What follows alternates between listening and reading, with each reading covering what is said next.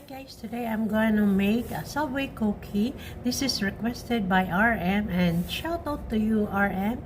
You win 150 pesos load or GCash, and thank you for requesting this recipe. So let's start it.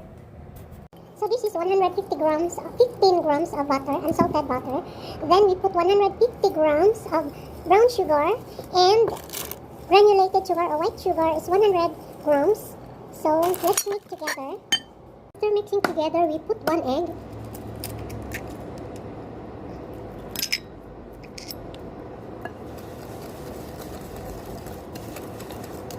One egg. 1 teaspoon of vanilla. Mix together.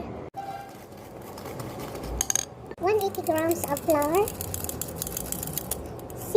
1/2 teaspoon of baking soda. Then mix together. 1 teaspoon of salt. Then mix together again. Sprinkle sugar thread or M&M chocolate on it. And mix together. After mixing. Ayan. So after mixing, we put inside a tray. Ayan. Together. For bake. After mixing, we have to flatten it. And ready for baking. So we wait 165 to 30 minutes. So this is our Subway cookie.